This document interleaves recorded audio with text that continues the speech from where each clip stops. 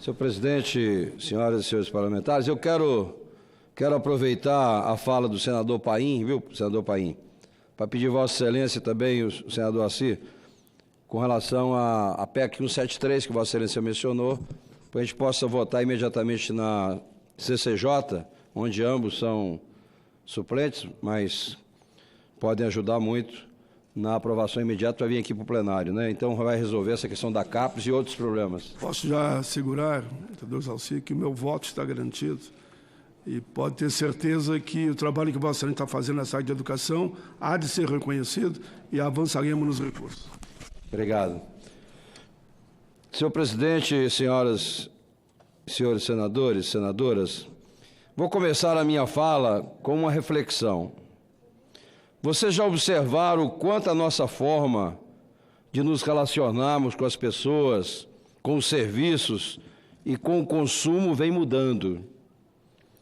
Em uma década, alteramos a nossa forma de nos comunicar, de fotografar, de ouvir música, de nos transformar, nos transportar e nos hospedamos quando viajamos. Há uma transformação muito rápida nos modelos de produção, e isso é ótimo, porque facilita a vida de todos. Mas o que me preocupa, como cidadão brasileiro e como representante do povo, é até que ponto o Brasil está inserido nessa grande transformação. E quando eu digo inserido, não me refiro apenas a ter acesso às novas tecnologias, mas o quanto a marca Brasil está associado a uma economia inovadora.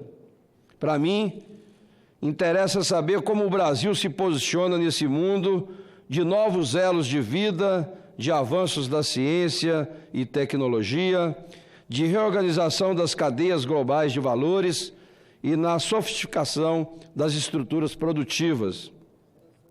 Quando a gente vai procurar respostas, em um primeiro momento, elas são assustadoras.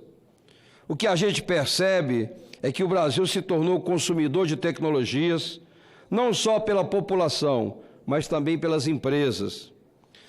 O Brasil produz pouca inovação diante de toda a sua potencialidade, porque eu sempre repito na tribuna que o problema do Brasil é de gestão, é saber fazer bem com os recursos que tem. A verdade é que a gente tem que abrir o olho porque estamos ficando para trás nessa transformação, que estamos assistindo e vivendo na pele o tempo todo. Ficar para trás agora seria perder o barco da história e manter-se sempre em relação de subordinação aos países ricos. O Brasil precisa entrar nessa onda de inovação para viver definitivamente um ciclo de progresso. Inovar é conquistar espaço nos segmentos de valor agregado. É produzir bens e serviços que dão mais dinheiro, que vão gerar mais riquezas para o Brasil. As empresas brasileiras precisam inovar e precisam entrar no ritmo de progresso tecnológico. É dessa forma que elas vão sobreviver no mercado global. Vão gerar emprego e a economia do país vai conseguir deslanchar. Vamos sair dessa penúria de crescimento baixo, de desemprego, de pouco investimento. No entanto, essa tarefa não parece fácil. Em um primeiro momento, e vem cheia de desafios. Não é segredo para nenhum economista. A economia em destaque é preciso inovar para sobreviver nessa nova cadeia econômica global. Mas o Brasil parece estar nadando contra a corrente. O país vem perdendo posições no índice de inovação global. Em 2011, não estávamos nem em uma posição confortável. Era o 47º em uma lista de 126. Porém, em vez de nos esforçarmos, foi o contrário. Caímos para a posição 66. Estamos atrás de nações com pouca expressividade industrial, como a Mongólia, Kuwait. No contexto da América Latina e Caribe, o Brasil está em uma posição inferior a de países como Chile, como Costa Rica, como México e Uruguai. Além disso, o país ocupa a posição inferior à de todos os integrantes do grupo do BRICS, que inclui o Brasil, a Rússia, a Índia, a China e a África do Sul. O que a gente percebe é que esse resultado é incoerente com a posição ocupada na economia global. Não há dúvida que o Brasil pode mais, mas aí a gente precisa conhecer a realidade mostrada nos números e ver o que está acontecendo no dia a dia do empresário brasileiro, no chão da grande fábrica ou no laboratório da startup. Só assim poderemos saber quais são as reais demandas e o que precisa ser feito. O que a gente percebe é que a inovação precisa entrar urgentemente na agenda do governo, das empresas e da população. Ela não pode ser encarada como luxo, o que só vira prioridade se sobrar recurso. A inovação precisa ser prioridade porque é o combustível impulsionador da nova economia. Não inovar é a morte e a falência do setor produtivo brasileiro. O processo de inovação nas empresas brasileiras de todos os portes precisa ser imediato, não há tempo a perder. Uma pesquisa encomendada pela CNI, a Confederação Nacional da Indústria, chamada Indústria 2027, traz um dado preocupante, presidente. Apenas 1,6% das empresas aparecem na chamada geração 4, ou seja, que trabalha com o que há de mais moderno, com empresas integradas, conectadas e inteligentes. Além disso, 75% das empresas brasileiras pesquisadas se vê ainda nas gerações 1 e 2, que são consideradas a das empresas analógicas, em que a digitalização foi incorporada de modo pontual. Vamos pensar como o Brasil pode se tornar competitivo com 75% das empresas em estágio analógico. Quando se vive uma era digital no mundo, temos que agir. Não dá para continuar dessa forma. As empresas brasileiras claramente se encontram em um baixo estado de difusão das tecnologias no país e, se nada for feito para reverter esse quadro, a distância que já separa o Brasil das lideranças globais tenderá a aumentar significativamente. Uma resposta pronta seria aumentar os investimentos públicos na área de inovação.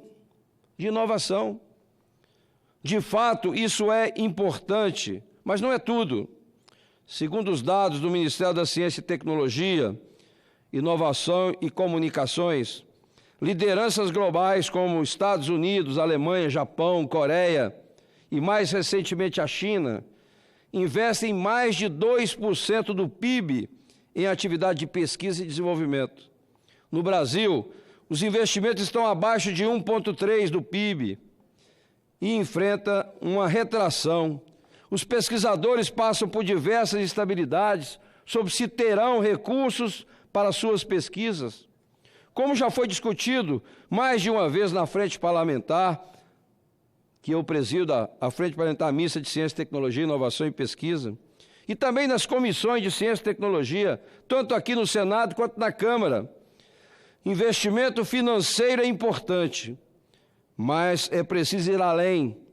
As potências econômicas estão se movimentando com agilidade para dar suporte às empresas, a fim de preservar e ampliar a sua competitividade.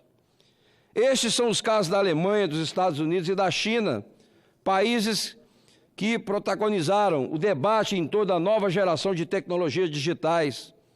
E esses países estão reposicionando suas empresas para competirem globalmente. A parceria entre governo, empresa e academia tornou-se fundamental para o sucesso das iniciativas internacionais. esses países têm dado atenção especial à indústria, setor com grande capacidade de inovação e de geração de produtos com valor agregado. Se analisarmos com atenção o caso dos Estados Unidos, país tido como liberal, veremos o quanto o Estado americano investe em ciência, tecnologia e inovação por meio de suas universidades e institutos de pesquisa. Como muitos sabem, a internet é o exemplo clássico, tendo se originado nos laboratórios públicos da área de defesa. Observando as expertises internacionais, o que a gente percebe é que o funcionamento do ecossistema brasileiro de inovação depende de governança, que hoje está esparsa sem uma política agregada. Governança abrange os meios e os processos necessários à produção de resultados eficazes, envolvendo modelo de articulação e de cooperação entre atores sociais e políticos. Além disso, conta com arranjos institucionais responsáveis pela coordenação e pela regulação dessas interações. Vejam bem, o Brasil não está completamente parado, sem fazer nada, no 0 a 0 em relação à inovação. A gente tem assistido a avanços, principalmente nas últimas 2 décadas, a criação dos fundos, os fundos setoriais, no final do ano de 1990, e de leis de incentivo à pesquisa e à inovação, no início agora dos anos 2000, ajudaram a pavimentar o caminho para que o país inaugurasse um novo ciclo de trajetória de crescimento e desenvolvimento, onde a ciência, a tecnologia e a inovação teriam o papel prioritário. No entanto, em que pese essa agenda ter conquistado alguns espaços nos programas do governo, o país não avançou na construção de uma estratégia nacional robusta, com prioridades bem fundamentadas de investimentos, metas de longo prazo e os meios possíveis de alcançarmos os objetivos propostos. Dessa forma, além de recompor o orçamento da área, o Brasil precisa definir prioridade quanto à pesquisa, ciência, tecnologia e inovação. O próprio Tribunal de Contas traz essa conclusão em um relatório feito agora em 2018 e colocado em plenário em maio agora de 2019. O documento mostra que as ações em prol da inovação não têm foco e, por isso, elas não avançam. As ações são pulverizadas, cheias de lacunas e contradições.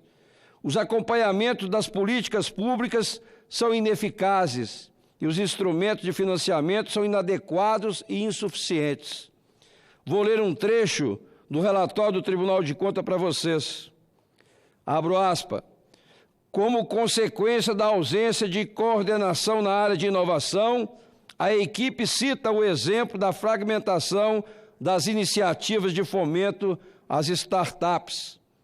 Identificaram-se vários programas ou iniciativas realizadas por diversos órgãos e entidades, voltadas para os objetivos similares, entre os quais destaca-se a Inovativa Brasil, a Start-out Brasil, a Startup Brasil, o FINEP Startup e o Startup Indústria.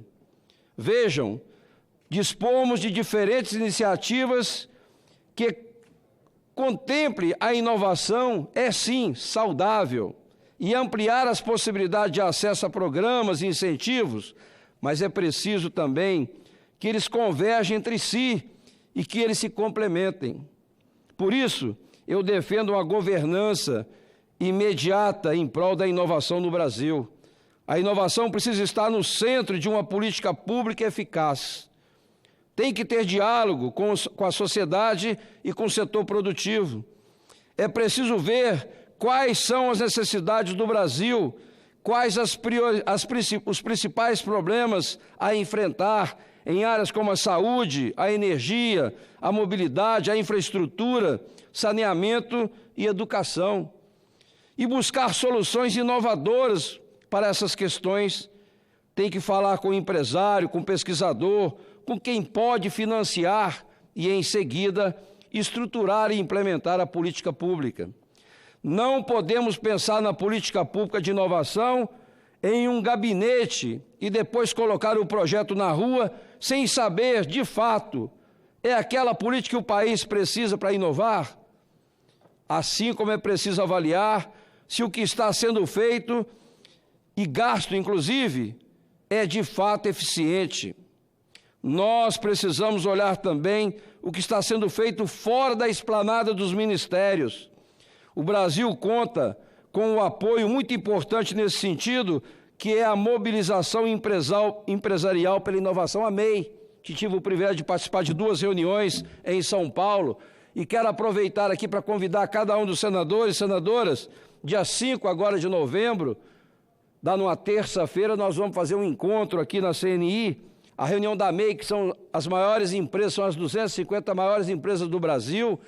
Nós faremos uma reunião com a presença do presidente da Câmara, do Senado e também os presidentes das comissões de Ciência, Tecnologia e Inovação, e estão todos convidados, vocês estão recebendo o convite para participar desse encontro, para a gente falar sobre inovação.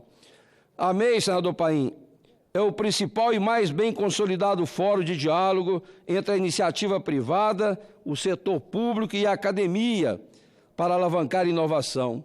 O objetivo deste movimento é fazer com que as empresas conheçam e invistam cada vez mais em mercados do futuro, em termos de produtos, processos, serviços e novas tecnologias, com os governos adotando as políticas públicas adequadas à inovação.